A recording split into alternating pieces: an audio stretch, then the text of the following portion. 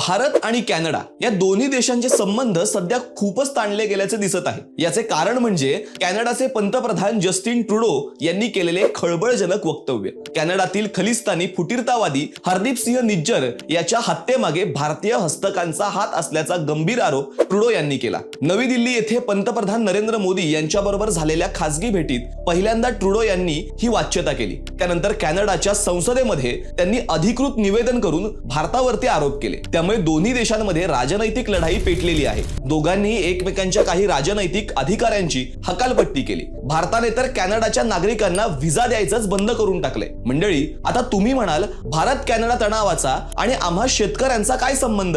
हे कॅनडाचं गुऱ्हाळ तुम्ही का लावलंय?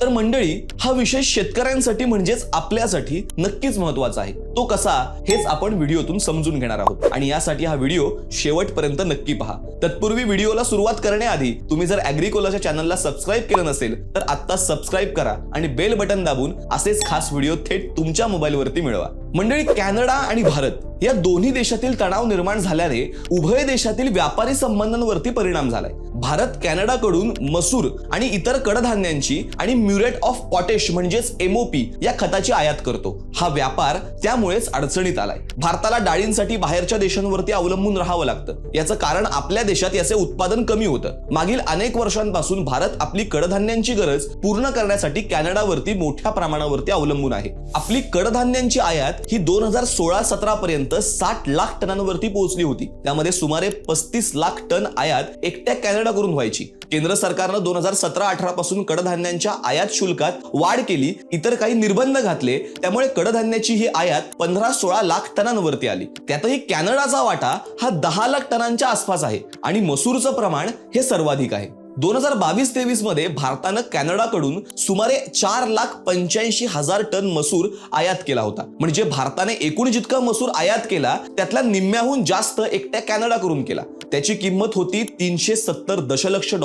केंद्रीय वाणिज्य मंत्रालयाची ही आकडेवारी आहे। इंडिया पल्सेस अँड ग्रेन्स असोसिएशनचे अध्यक्ष बिमल कोठारी यांच्या म्हणण्यानुसार भारताला दरवर्षी 24 लाख टन मसूर लागतो, पण देशात फक्त 16 लाख टनाच्या आसपास उत्पादन होतं। त्यामुळे उरलेली गरज आयात करून भागवावी लागते। त्यासाठी अर्थातच भारताची पसंती आहे ती कॅनडाला, पण आता तणावामुळे तिथून खरेदीला बुच्च बसलाय। दुसरीकडे यंदा भारतात कडधान्य उत्पादन घटणार आहे, त्यामुळे मोठी टंचाई निर्माण होण्याची चिन्ह दिसतायत। त्यात हे कॅनडाचं प्रकरण सुरू झाल्याने भविष्यात आपली मोठी अडचण होणार आहे। ही सगळी परिस्थिती काही काळापुरती का होईना पण भारतातील कडधान्य उत्पादक शेतकऱ्यांच्या पथ्यावरती पडणारी आहे। याचे कारण बाजारात कडधान्यांचे दर हे चढे राहण्याची शक्यता आहे। परंतु ही परिस्थिती चिघळली तर डाळींचे दर हे आभाळाला भिडतील आणि त्याचा आगामी लोकसभा निवडणुकीत फटका बसू शकतो। त्यामुळे केंद्र सरकार देखील फार काळ स्वस्थ बसेल असं वाटत नाही। सरकारने कॅनडाऐवजी ऑस्ट्रेलियाकडून मसूर आयात करण्यासाठी हालचाली सुरू केलेल्या आहेत। तसेच सगळ्याच कडधान्य आयातीवरचे शुल्क कमी करण्याच्या विचारात सरकार आहे। त्यामुळे अमेरिकेसह अनेक देशांकडून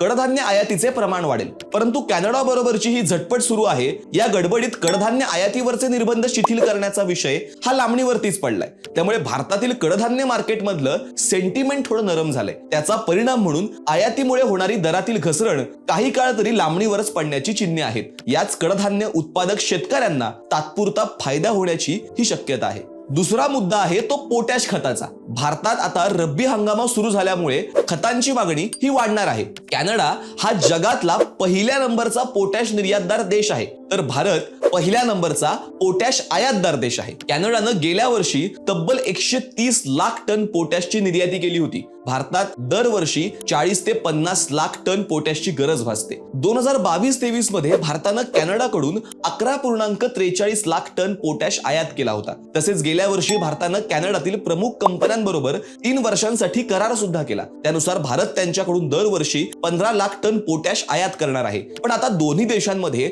तणाव निर्माण झाल्यामुळे हा पुरवठा विस्कळीत होण्याची शक्यता आहे। भारत पोटॅशसाठी फक्त कॅनडावरती अवलंबून आहे असं नाहीये। इस्रायल, जॉर्डन, बेलारूस आणि रशिया या देशांकडूनही पोटॅशची आयात ही केली जाते। त्यामुळे भारत पोटॅशचा तुटवडा पडू नये म्हणून कॅनडाऐवजी इतर देशांकडून खरेदी वाढवण्याची शक्यता आहे। तर मंडळी, हे असं आहे भारत कॅनडा वादाचं आणि कृषी क्षेत्राचं नातं, आणि म्हणूनच या दोन्ही देशातील वाद मिटणं हे खूप महत्त्वाचं आहे। मंडळी, तुम्हाला ॲग्रिकोलाचा हा विशेष व्हिडिओ कसा वाटला ते आम्हाला कमेंट करून जरूर कळवा. तसेच तुम्हाला आणखीन कोणकोणत्या विषयांवरती व्हिडिओ पाहायला आवडेल ते आम्हाला कमेंट करून नक्की सांगा.